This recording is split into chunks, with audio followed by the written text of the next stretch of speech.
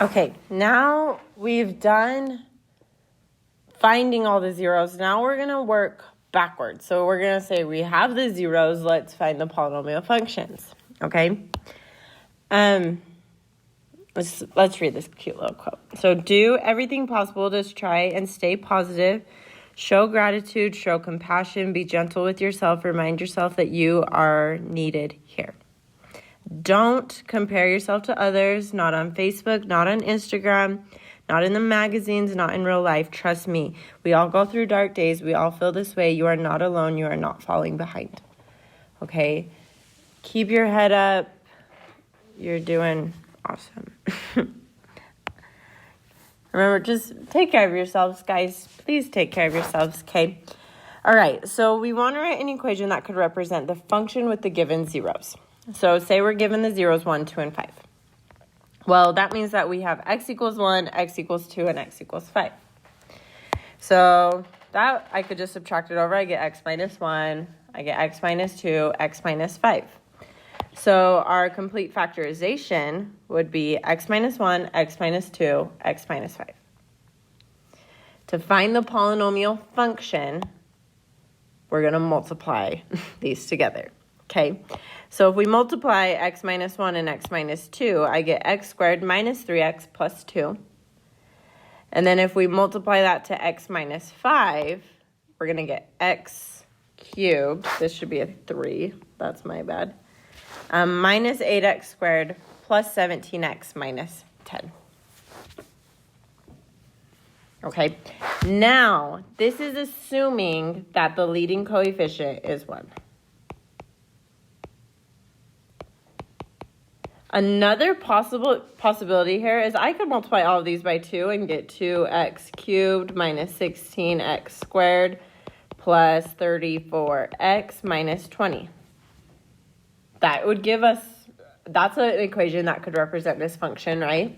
That would just be assuming the leading coefficient is 2. What if we wanted to say the leading coefficient is 3? Well, that would be 3x cubed minus 24x squared. 17 times 3 is what? 51 minus 30. And you could do that with any number. We could do it with a negative. So that you could also go negative 2x cubed plus 8x squared minus 17x plus 10. We could do it with a negative 1. So it could be negative x cubed plus 8x squared minus 17x plus 10. Okay? You don't need to do all these, but you do need to recognize that those are the same. Like they give you the same zeros. Okay? So this one, negative 2, negative 4/3, and 2. Well, x equals negative 2, x equals negative 4/3, and x equals 2. So that's going to be x plus 2. That's going to be 3x equals negative 4, so 3x plus 4. That's going to be x minus 2. So then the complete factorization would be x plus 2, 3x plus 4, and x minus 2. Well, x plus 2 and x minus 2 multiplied together to give us x squared minus 4. Then we're going to multiply that by the 3x plus 4. And you get 3x cubed plus 4x squared minus 12x minus 16. Okay. And again, we could multiply this by, let's say, like 2. So you could also have 6x cubed plus 8x squared minus 36x minus 18. What am I doing? Whoa. I way messed up. 24x minus 32. Okay, just need to recognize that. This is the answer I want, though.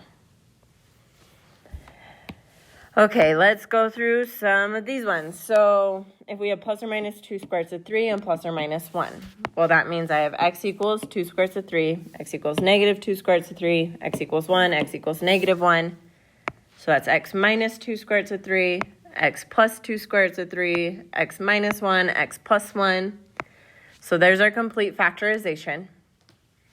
If we multiply that out, we end up getting x squared minus 12, so an x squared minus 1. So if we do like x minus 2 squared root of 3 and x plus 2 square roots of 3. Well, this is going to be x squared. This will be negative 2 square roots of 3x. This will be positive 2 square roots of 3x. This will be negative 2 times negative 2, or negative 2 times 2 is 4. Square root of 3 times square root of 3 is 3, which is where we get that negative 12. And these things cancel. Okay. And then we can multiply that out. So x to the 4th minus 13x squared plus 12. Now, I'm not showing all my work here, mostly because you guys know how to multiply polynomials, so you should know these steps in between, okay? Let's do this one. So negative 6 and 2 plus square roots of 5 and 2 minus square roots of 5. So that's going to be x plus 6. This will be x minus 2 minus square roots of 5, and this will be x minus 2 plus square roots of 5. So my complete factorization is x plus 6, x minus 2 minus square roots of 5, and x minus 2 plus square roots of 5. So if we multiply that out, I'm going to multiply the second two first, and always multiply, like if there's like a pair, multiply them together because a lot of stuff cancels. So I end up getting x squared, negative 2x, negative x squared roots of 5, negative 2x, 4, 2 square roots of 5, x squared roots of 5, negative 2 square roots of 5, and negative 5. Notice everything with the square root of 5 is going to cancel there. So I'm left with x squared minus 4x minus 1. Then we can multiply that, and you get x cubed plus 2x squared minus 25x minus 6. Okay. All right, let's do this one. It has a multiplicity in here. So multiplicity means we have it twice. There are two of you. So x equals 3, x equals 3, and x equals 5. So that's going to be x minus 3 equals 0, x minus 3 equals 0, and x minus 5. So x minus 3, x minus 3, and x minus 5. Well, x minus 3 times x minus 3 is x squared minus 6x plus 9 times x minus 5, and I get x cubed minus 11x squared plus 39x minus 45. Okay, this one, so multiplicity of 3. That means there's triplets. There's 3 of them. So negative 1, negative 1, negative 1, and then 4/5, or 5/4. So it's x plus 1, x plus 1, x plus 1, and then that's 4x equals 5, so 4x minus 5.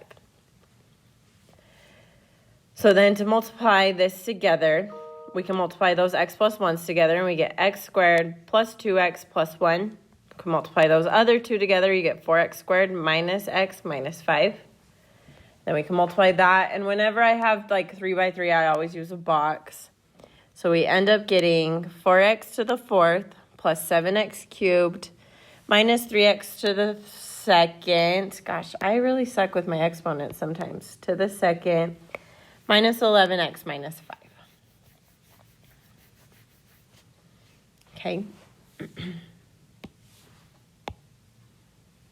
Okay, so complex roots. So the conjugate root theorem says that if a polynomial function has a complex 0 of a plus bi, then its conjugate a minus bi is also a complex 0. They always come in pairs. Okay. And that holds true also for irrational roots, so square roots, okay? So it says that if we have a plus the square root of b, we also have a minus the square root of b, okay? So if we want to write the equation that could represent this function, and we have square root of 6 and 2i, well, we also have negative square root of 6 and negative 2i. So then we're going to have x equals square root of 6, x equals negative square root of 6, x equals 2i, and x equals negative 2i. So then that's x minus the square root of 6, x plus the square root of 6, x minus 2i, and x plus 2i. So that's our complete factorization. If we multiply this stuff together, x minus square root of 6 and x plus square root of 6, we get x squared minus 6. And then x minus 2i and x plus 2i, we get x squared plus 4. Multiply that, you get x to the 4th minus 2x squared minus 24. Okay. Let's do this one. So negative 2 square roots of 5 and negative I. Well, that also means I have 2 square roots of 5 and positive I. So there's all my zeros. So I have x plus 2 square roots of 5, x minus 2 square roots of 5, x plus I, and x minus I. Multiply that together, and you get x squared minus 20 and x squared plus 1, which multiplies to be x to the 4th minus 19x squared minus 20. Okay. This one, so if we have negative 4 and 3 plus I, that means we also have 3 minus I. So that's going to be negative 4, 3 plus I, 3 minus I. So that's going to be x plus 4, x minus 3 minus I, and x minus 3 plus I. So that's x plus 4, x minus 3 minus I, and x minus 3 plus I. Let's multiply those parts first. And notice here the I of the x's cancel and the 3 i's cancel. So I'm left with x squared minus 6x plus 10. So then you multiply that and you get x cubed minus 2x squared minus 14x plus 40. And finally, we are finished. Bye, guys.